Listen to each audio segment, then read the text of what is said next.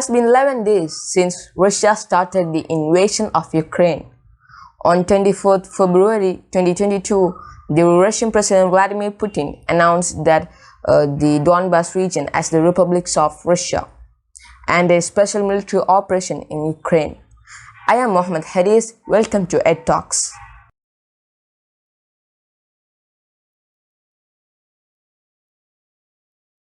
So, first of all, let's pass through the history.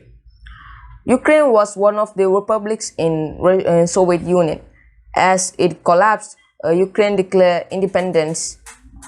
But Russia didn't want to give up on Ukraine. Russia considers Ukraine as its little brother. So Russia did many movements to annex Ukraine and also to capture Ukraine. One of that was in 2014 when the Crimea annexed a part of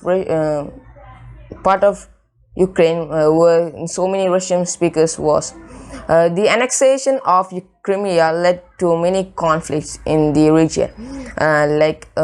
There is a region called Donbas which consists of two districts, one of Donetsk and Luhansk.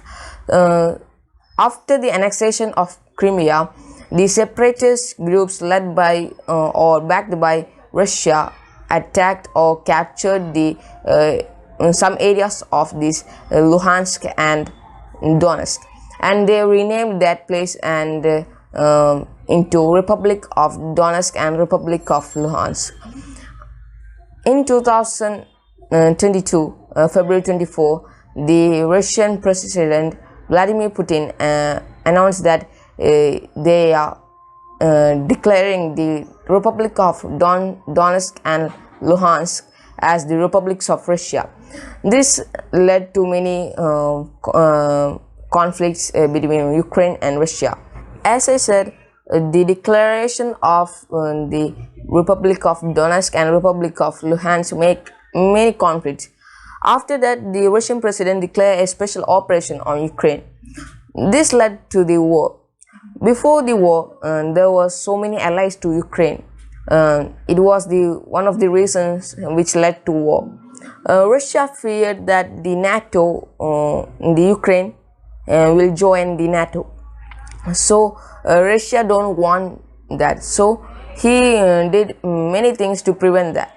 That was one of the reasons, like Ukraine joining NATO. So he sent military to Belarus and the Crimea and Donetsk and Luhansk and the borders of Russia with Ukraine to organize a military invasion. On 2021, the America announced that Russia is planning an invasion on Ukraine. So this led more tensions in the region. Before the war, the NATO allies and some other countries said they will support Ukraine in arms if there is a need of war. But when war started, the countries who said they will support in arms just disappeared somewhere. So this led more tension on Ukraine, and they didn't have arms and they didn't have weapons for fight against Russia. So this led more complications, but they still managed to prevent Russia from getting into Kiev. As I said, the Kiev was the capital of Ukraine. It was bombarded on the February 24th and some cities, and there were a lot of people had to flee according to this crisis, and lots of other nationals were there. According to the stand of India, it is not standing in the Ukrainian side and Russian side. When the voting in UN on this crisis, India didn't vote for Ukraine or the Russia. As war increases rapidly, the Indians in Ukraine are suffering very much, as the attacks from Russia is increasing and there are so many people fleeing from the country, but there are so many other people who cannot flee from the Ukraine. So this makes Indian government more in a stand. They have to concern about their citizens. So this make India very tensed.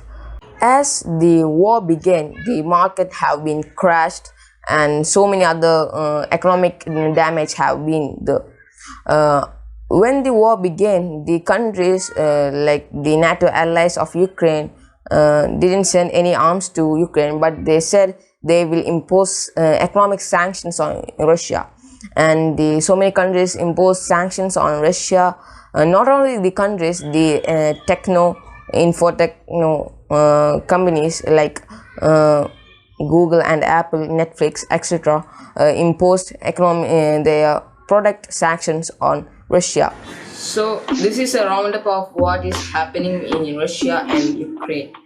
So there is so many things I haven't said about. So this is Ed Talks. I am Hari signing off.